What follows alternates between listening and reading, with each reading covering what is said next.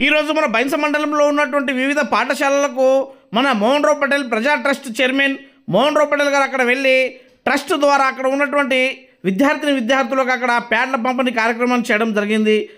అదేవిధంగా ఈ బైంస మండలంలో ఉన్నటువంటి అన్ని పాఠశాలల్లో కాకుండా మొత్తము ముదల్ నియోజకవర్గంలో ఉన్నటువంటి అన్ని పాఠశాలల్లో 10th క్లాస్ విద్యార్థులు బోర్డు ఎగ్జామ్ రాయడానికి సిద్ధమవుతున్నారు. కాబట్టి వాళ్ళకు అందరికీ బెస్ట్ ఆఫ్ లక్ చెప్తూ శుభాకాంక్షలు తెలియజేస్తూ ఎగ్జామ్ ఏ విధంగా రాయాలి, ఏ విధంగా ధైర్యంగా ఎగ్జామ్ సెంటర్లో వెళ్ళి కాన్ఫిడెన్స్గా ఎగ్జామ్ రాయాలనో దాని గురించి వివరించడం జరిగింది.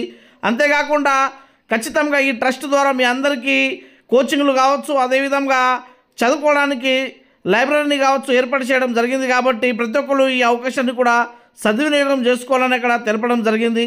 అదేవిధంగా ఈ నియోజకవర్గంలో ఈ మోహన్ రావు పటేల్ ప్రజా ట్రస్ట్ ద్వారా ప్రతి ఒక్కరికి పేద మధ్యతరగతి బడుగు బలైన వర్గాలకు ఎలాంటి సహాయ సహకారాలు కావాలన్నా కూడా మేము అందించడానికి సిద్ధంగా ఉన్నాము.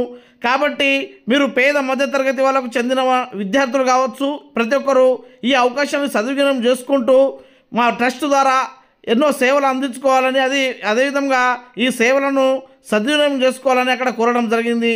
అక్కడ ఈ కార్యక్రమంలో భాగంగానే మన ఏదైతే కోతలగాం గ్రామానికి చెందినటువంటి మాజీ ఎంపీటీసీ సుదీప్ గారు, అదేవిధంగా కార్యకర్తలు సాయిరామ్ గారు ఈ కార్యక్రమంలో పాల్గొనడం జరిగింది.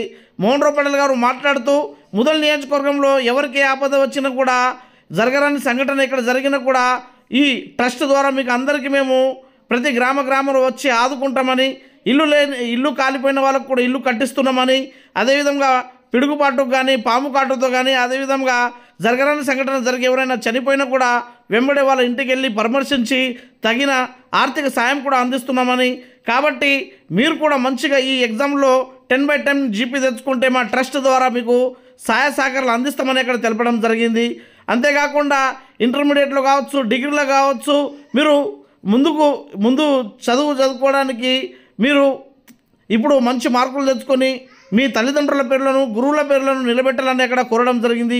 ఈ కార్యక్రమంలో భాగంగానే మన ఏదైతే రామకృష్ణ గారు, అదేవిధంగా సంజీవ్ గారు తదితర నాయకులు పాల్గొనడం జరిగింది.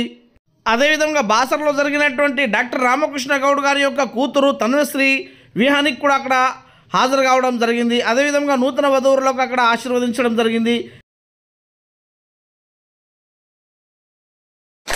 ఫస్ట్ ముఖ్య ఉద్దేశం ఏంటంటే మేము చదువుకునే రోజుల్లో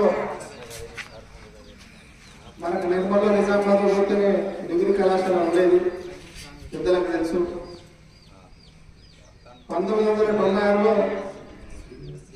బైన్సాలో భోస్లే గోపాలరావు పటేల్ పేరు మీద డిగ్రీ కళాశాల ఏర్పాటు చేయడం జరిగింది. విద్యతో పాటు వైద్యం కూడా మనకు అవసరమనే ఉద్దేశంతో 1996 సంవత్సరంలో ముదోల్లో కంటి ఆసుపత్రి నెలకొల్పడం జరిగింది. మీరందరూ 10వ తరగతి పరీక్షల్లో 10 జీపీ సాధిస్తూ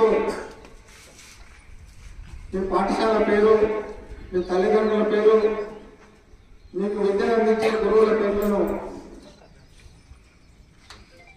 వాళ్ళ పేర్లు తీసుకొస్తాం పైకని నేను కోరుకుంటున్నాను. పరీక్ష రాసేటప్పుడు ఎప్పుడు మనం ఒత్తిడికి గురి కాకుండా ప్రశ్నపత్రం అంతా ఒకసారి చదువుకొని దాంట్లో మనకి ఈజీ ఆన్సర్స్ ఏముంటాయో అవి మొట్టమొదటగా పూర్తి చేయాలి.